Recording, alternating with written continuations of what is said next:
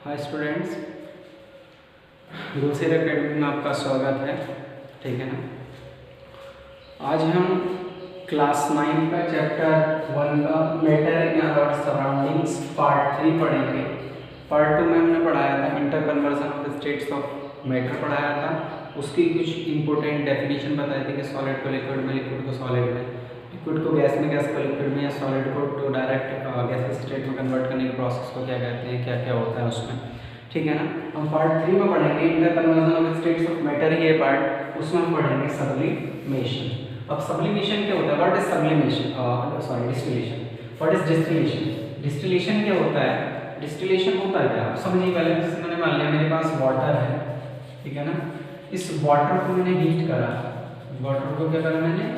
Heat करा। और water को हीट करने किस में कन्वर्ट होगा? या गैस में कन्वर्ट होगा। गैस मतलब वेपर स्टेट में कन्वर्ट होगा, ठीक है ना। तो वाटर को मैंने हीट करा, हीट करने पे क्या हुआ? वाटर कन्वर्ट हुआ वाटर वेपर के अंदर, ठीक है ना। वाटर वेपर के अंदर कन्वर्ट हुआ। और वेपर को अगर मैं कूल करूंगा, वेपर को अगर मैं कूल करूं, तो वेपर को कूल करूंगा तो वापस किसमें कन्वर्ट हो जाएगा? वाटर में कन्वर्ट हो जाएगा, ठीक है ना। मतलब कि वाटर को हीट करके वेपर में कन्वर्ट करना और वेपर को वापस कूल करके वापस वाटर में कन्वर्ट करने के प्रोसेस को क्या कहते हैं? डिस्टिलेशन। लेकिन इस वाटर में और इस वाले वाटर में डिफरेंस है। ये इम्प्योर वाटर है और ये क्या है? ये प्योर वाटर है, ठीक है ना। असल में जैसे हम वाटर को बॉईल करते हैं, ठीक है ना, वाटर को गर्म करते हैं। गर्म करने पे क्या होता है? जो वाटर है वो वेपर में कन्वर्ट होता है, और वो जो वेपर ड्रॉप्स होते हैं, जो वेपर होती है वो क्या होती है? ऊपर ढक्कन से, जो ढक्कन से चिपक जाती है, ऊपर लग जाएगी ढक्कन से, तो क्या होती है? वो वेपर जो है ऊपर लिक्विफाई हो जाती है, मतलब वापस वाटर में कन्वर्ट हो जाती है। तो जो पॉट के अंदर जो बर्तन, जो लिक्विड वाटर होता है वो इम्प्योर होता है, लेकिन जो वेपर से जो वाटर कन्वर्ट हुआ है, जो वाटर मिला है हमें, वो प्योर होता है। यानी कि वाटर को हीट करा, यानी कि लिक्विड को हीट करा, वेपर में कन्वर्ट करा, और वेपर वापस कूल करा, दोबारा लिक्विड में कन्वर्ट करा, ठीक है ना।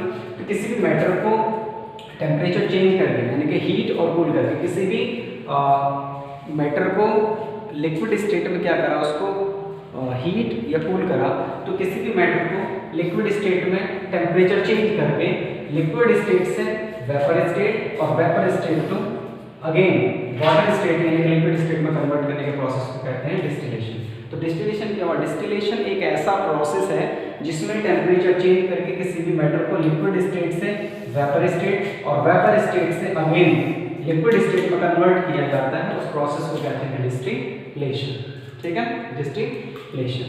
अब क्या हुआ? डिस्टिलेशन इक्वल टू क्या हुआ? ठीक है ना। वाटर को वेपर में कन्वर्ट करने को क्या कहते हैं? वेपराइजेशन या इवेपोरेशन। वेपराइजेशन या इवेपोरेशन कहते हैं भाई। वाटर को वेपर में कन्वर्ट करने के प्रोसेस को कहते हैं वेपराइजेशन, पार्ट 2 में बताया था।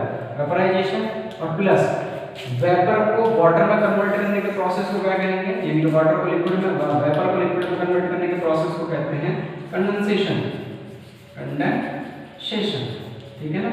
इसका मतलब डिस्टिलेशन क्या हो गया? डिस्टिलेशन इज इक्वल टू होता है वेपराइजेशन प्लस कंडेंसेशन। मतलब डिस्टिलेशन होता है वो प्रोसेस जिसमें किसी भी लिक्विड को टेम्परेचर चेंज करके किसी भी लिक्विड को वाटर स्टेट यानी कि लिक्विड स्टेट से वेपर स्टेट में कन्वर्ट करना, और वेपर स्टेट को अगेन लिक्विड स्टेट में कन्वर्ट करने के प्रोसेस को कहा जाता है डिस्टिलेशन। और डिस्टिलेशन इज इक्वल टू होता है वाटर को वेपर में क्या हो जाएगा? वेपराइजेशन, और वेपर को वाटर में कंडेंसेशन, यानी कि डिस्टिलेशन इज इक्वल टू होता है वेपराइजेशन प्लस कंडेंसेशन, ठीक है। डिस्टिलेशन इज इक्वल टू होता है, ठीक है ना, वेपराइजेशन प्लस कंडेंसेशन, ठीक है ना। तो ये हुआ, ठीक। अब इसमें आगे ये हुआ है आपका इंटर कन्वर्जन कंप्लीट।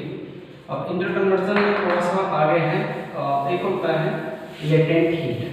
अब हमने मैटर की एक स्टेट को दूसरी स्टेट में कन्वर्ट करा, सॉलिड को लिक्विड में, लिक्विड को सॉलिड में, वेपर को लिक्विड में, लिक्विड को वेपर में, या सॉलिड को गैस में, ठीक है ना, गैस को सॉलिड में कन्वर्ट करा। तो मैटर की एक स्टेट को दूसरी स्टेट में कन्वर्ट करने के प्रोसेस को कहा जाता है inter conversion of states of matter.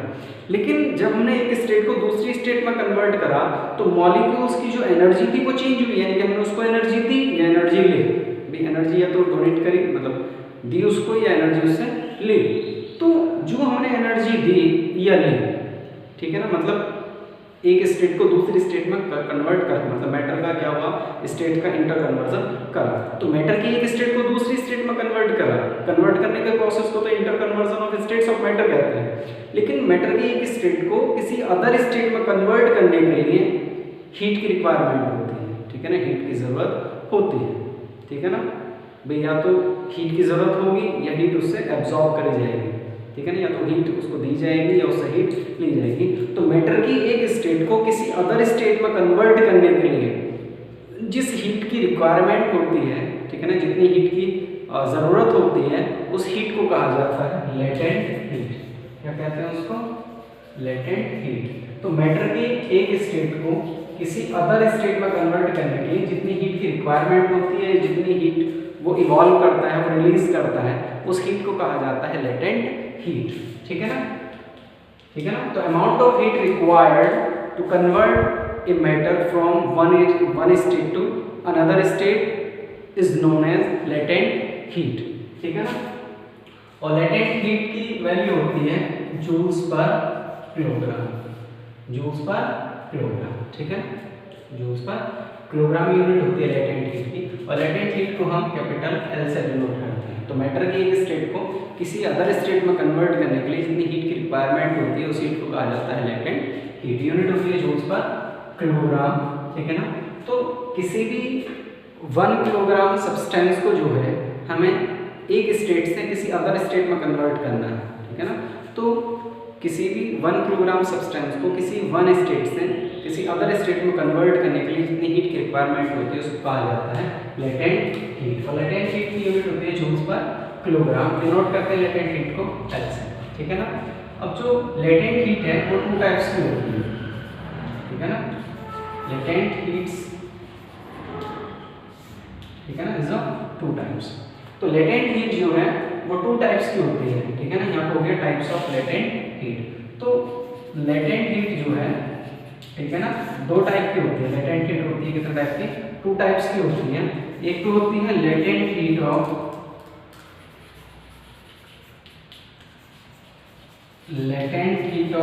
Fusion, latent heat of fusion या लेटेंट हीट ऑफ मेल्टिंग भी कहते हैं इसको।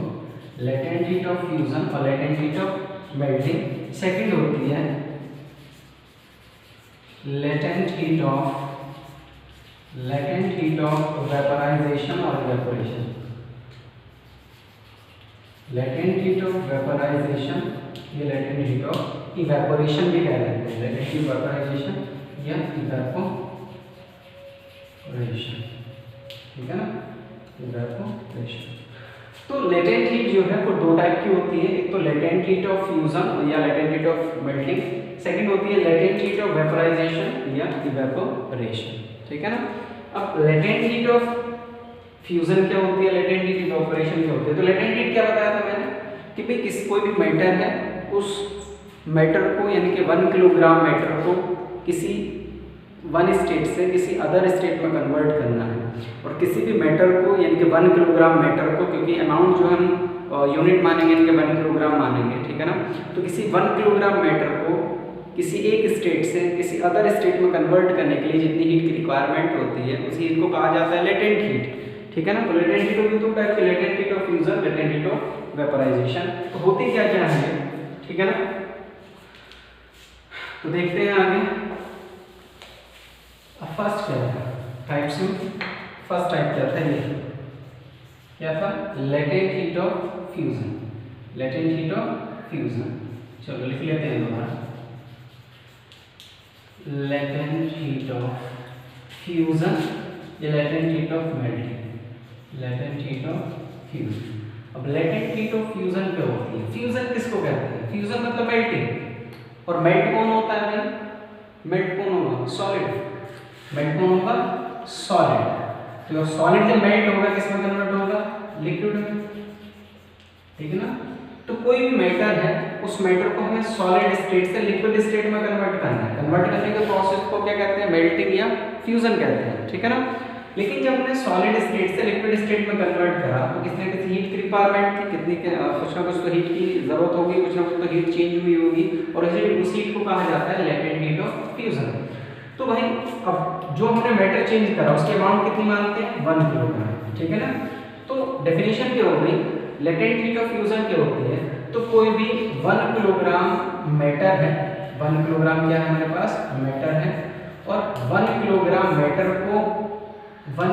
मैटर को सॉलिड स्टेट से लिक्विड स्टेट में कन्वर्ट करने के लिए 1 किलोग्राम मैटर है और वो किस स्टेट में है, सॉलिड स्टेट में। लेटेंट हीट ऑफ फ्यूजन क्या होती है, तो 1 किलोग्राम मैटर को सॉलिड स्टेट से लिक्विड स्टेट में कन्वर्ट करने के लिए जितनी हीट की रिक्वायरमेंट होती है उस हीट को कहा जाता है latent heat of fusion. Latent heat of fusion कहा जाता है। यूनिट क्या होगी, जूल्स पर किलोग्राम, ठीक है ना, यूनिट क्या होगी इसकी, जूल्स पर किलोग्राम। तो किसी 1 किलोग्राम मैटर को सॉलिड स्टेट से लिक्विड स्टेट में कन्वर्ट करने के लिए जिस हीट की रिक्वायरमेंट होती है उसको कहा जाता है लेटेंट हीट ऑफ फ्यूजन। क्यों, क्योंकि सॉलिड को लिक्विड में कन्वर्ट करना कहलाया जाता है मेल्टिंग या फ्यूजन, ठीक है। ये तो होगी latent heat of vaporisation of fusion, ठीक है। अब नेक्स्ट है latent heat of vaporisation. Latent heat of vaporisation. अब लेटेंट हीट ऑफ वेपोराइजेशन क्या होती है, अब वेपोराइजेशन किसको कहते हैं, वेपोराइजेशन या इवेपोरेशन किसको कहते हैं, what is vaporisation, evaporation. Evaporation क्या होता है, मतलब कोई भी मैटर है उसको हमें वेपर स्टेट से किसमें, लिक्विड स्टेट से किसमें कन्वर्ट होना है, क्योंकि वेपराइज करना है, वेपराइज कौन होगा, लिक्विड होगा। तो क्या करेंगे, कोई मैटर है वो लिक्विड स्टेट में है और लिक्विड स्टेट से उसे किसमें कन्वर्ट करना है, वेपर स्टेट में कन्वर्ट करना है, ठीक है ना। तो किसी भी मैटर को लिक्विड स्टेट से वेपर स्टेट में कन्वर्ट करने के प्रोसेस को क्या कहते हैं, वेपराइजेशन, ठीक है ना, क्या कहते हैं, वेपराइजेशन। अब जब लिक्विड को वेपर में कन्वर्ट करना है वेपराइजेशन या इवेपोरेशन कहलाता है, तो लिक्विड को वेपर में कन्वर्ट करना वेपराइजेशन कहलाता है, ठीक है ना। तो लिक्विड को वेपर में कन्वर्ट करने के लिए किसी ना किसी हीट की रिक्वायरमेंट तो होगी, उस हीट को कहा जाता है लेटेंट हीट ऑफ वेपराइजेशन। क्या कहते हैं उसको, सेकंड है लेटेंट हीट ऑफ वेपराइजेशन या लेटेंट हीट ऑफ इवेपोरेशन, ठीक है ना, लेटेंट हीट ऑफ वेपराइजेशन या लेटेंट हीट ऑफ इवेपोरेशन। तो लेटेंट हीट ऑफ वेपराइजेशन या लेटेंट हीट ऑफ इवेपोरेशन क्या होता है, इवेपोरेट कौन होगा, लिक्विड होगा, लिक्विड इवेपोरेट होगा, किसमें कन्वर्ट होगा, वेपर में, और लिक्विड को वेपर में कन्वर्ट करना कहलाता है वेपराइजेशन, और लिक्विड को वेपर में कन्वर्ट करने के लिए हीट की रिक्वायरमेंट होगी, उस हीट को क्या कहा जाता है, लेटेंट हीट ऑफ वेपराइजेशन।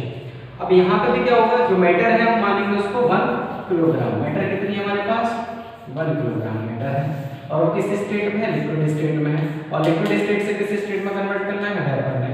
तो डेफिनेशन वही है जो लेटेंट हीट ऑफ फ्यूजन की थी, लेकिन वहां पे सॉलिड से लिक्विड में कन्वर्ट करना था, वेपराइजेशन में लिक्विड से वेपर में कन्वर्ट करना है। तो किसी भी मैटर को, यानी कितनी मैटर हमारे पास, 1 किलोग्राम, क्योंकि डेफिनेशन हम 1 किलोग्राम जो अमाउंट है मैटर की वो 1 किलोग्राम मान के डेफिनेशन देंगे, ठीक है ना। तो किसी भी 1 किलोग्राम मैटर को, किसी भी 1 किलोग्राम मैटर को लिक्विड स्टेट से वेपर स्टेट में कन्वर्ट करना, किसी भी 1 किलोग्राम मैटर को लिक्विड स्टेट से वेपर स्टेट में कन्वर्ट करने के लिए जिस हीट की रिक्वायरमेंट होती है, जितनी हीट की जरूरत होती है या जितनी हीट इवॉल्व होती है, उस हीट को कहा जाता है latent heat of vaporisation. Unit इसकी भी क्या होगी, जूल पर किलोग्राम, जूल पर किलोग्राम। ये तो होगी लेटेंट हीट क्या होती है और लेटेंट हीट के टाइप्स क्या होते हैं, ठीक है ना। अब इसको देखिए, स्क्रीनशॉट ले लो, एक बार नोट कर लो, ठीक। उसके बाद क्या होता है,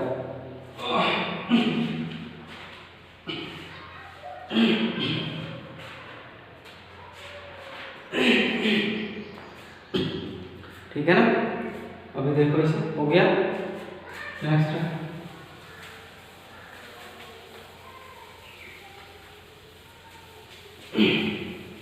अभी थोड़ा सी एक इम्पोर्टेंट क्वेश्चन है, ठीक है ना। अभी बताते हैं उसको, ठीक है ना। अब क्वेश्चन आते हैं, जैसे नॉर्मली 2-3 क्वेश्चन है जो इम्पोर्टेंट क्वेश्चन है वो बताए जाएंगे। तो अब है applications of interconversion of states of matter. तो क्या है, ड्राइंग ऑफ वेट क्लोथ्स, यानी कि जो गीले कपड़े होते हैं उनको सुखाया जाता है। क्या करा हमने, जैसे क्लोथ्स जो है वो वॉश करें, यानी कि कपड़े धोए, है ना। जो वॉशिंग क्लोथ्स होते हैं यानी कि कपड़े धुले हुए होते हैं उसको क्या करेंगे, स्प्रेड करेंगे, मतलब धूप के अंदर क्या करेंगे, सनलाइट के अंदर उसको स्प्रेड करेंगे, मतलब उसको फैला देंगे। फैलाने के बाद क्या होगा, एटमॉस्फेयर का जितना ज़्यादा टेम्परेचर होगा समर डेज यानी गर्मी के दिनों में, जो एटमॉस्फेयर का जो टेम्परेचर होता है, कि जो शाइनिंग डे होता है, सनी डे होता है, मतलब बहुत ज़्यादा जो टेम्परेचर है एटमॉस्फेयर का ज़्यादा होता है।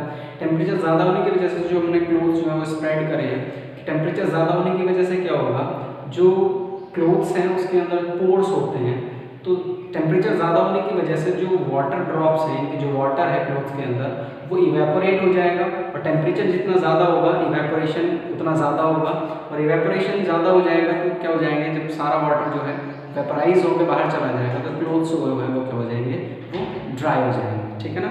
तो टेम्परेचर, एटमॉस्फेरिक टेम्परेचर ज़्यादा होने की वजह से क्या होगा, जो क्लोथ्स हैं वो ज़्यादा जल्दी ड्राई हो जाते हैं, और टेम्परेचर अगर कम होगा तो क्लोथ्स जो है वो बहुत धीरे धीरे ड्राई हो जाएंगे, जो सूखने में है जो क्लोथ्स को टाइम ज़्यादा लगेगा। ठीक है ना। तो एक ये क्वेश्चन है। ठीक है। अब दूसरा क्वेश्चन मैं बताऊँगा तो क्या होगा, दोबारा मैं रिपीट कर रहा हूँ। एटमॉस्फेरिक टेम्परेचर ज़्यादा होता है, जो वेट क्लोथ्स होते हैं, जो कपड़े होते हैं, उसको हम स्प्रेड करते हैं।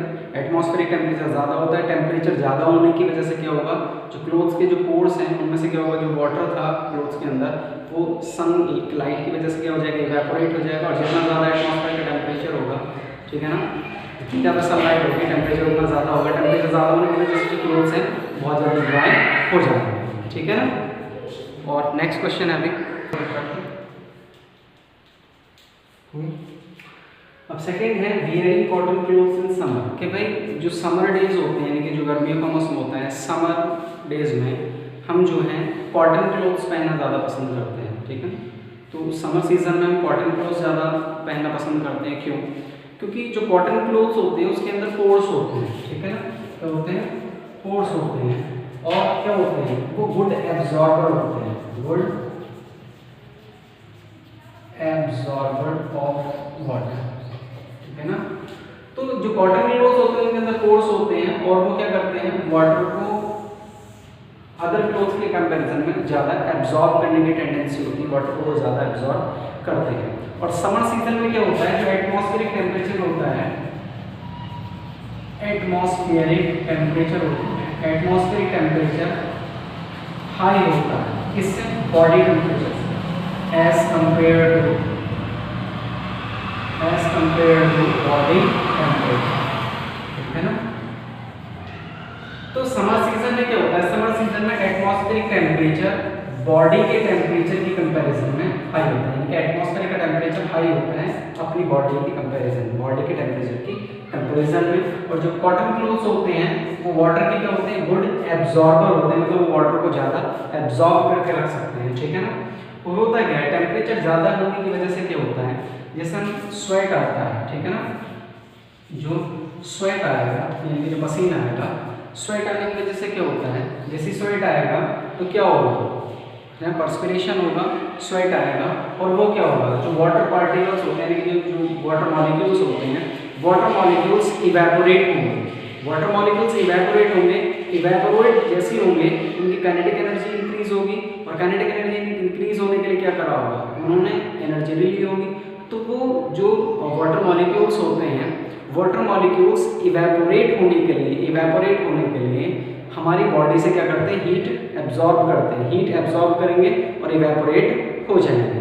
तो जब हमारी बॉडी से जो वाटर मॉलिक्यूल्स थे उन्होंने हीट ली और क्या हो गए, वो इवेपोरेट हो गए, तो हमारी बॉडी को क्या होता है, कूलिंग फील होती है। और कूलिंग फील होने के लिए ही क्या करते हैं, समर सीजन में कॉटन क्लोथ्स पहनते हैं। दोबारा मैं रिपीट कर रहा हूँ, एटमॉस्फेयर समर सीजन में क्या होता है, एटमॉस्फेयर का टेम्परेचर बॉडी टेम्परेचर से हाई होता है, और जो कॉटन क्लोथ्स है वो एब्जॉर्बर के होते हैं वाटर के। ठीक है ना। और जब समर सीजन में क्या होता है, जब में स्वेट आता है, ठीक है ना, स्वेट आता है यानी पसीना आता है, तो क्या होता है, तो जैसे ही जो पसीना आया, मतलब जो वाटर मॉलिक्यूल्स थे, ठीक है, वाटर मॉलिक्यूल्स थे, तो वाटर मॉलिक्यूल्स ने क्या करा, इवेपोरेट होने की कोशिश करी, और इवेपोरेट होने के लिए क्या चाहिए उनको, काइनेटिक एनर्जी ज़्यादा चाहिए, तो हमारी बॉडी से एनर्जी को लेते हैं, और बॉडी से एनर्जी को लेंगे और वो इवेपोरेट हो जाएंगे, तो हमारा बॉडी टेम्परेचर डिक्रीज हो जाएगा, और बॉडी टेम्परेचर डिक्रीज होने की वजह से हमें कूलिंग फील होती है। तो यह जितना ज़्यादा इवेपोरेशन होगा हमारी बॉडी को उतना ज़्यादा कूलिंग फील होगा। तो जो कॉटन क्लोथ्स हैं उनसे हमें ज़्यादा कूलिंग फील होती है, ठीक है ना, और गुड एब्जॉर्बर होते हैं वाटर के। ठीक है। तो इसलिए कॉटन क्लोथ्स जो हैं समर सीजन में अच्छे होते हैं पहनना, ठीक है ना, सुटेबल होते हैं। ठीक है ना। ओके, अब चैप्टर जो है ये कंप्लीट हो चुका है, first chapter matter in our surroundings. ठीक है ना। हम सेकंड चैप्टर पढ़ेंगे बाद में नेक्स्ट वीडियो में। तो हमारी वीडियो अगर पसंद आई हो तो लाइक करें, ठीक है ना, और शेयर करें। Okay, thank you.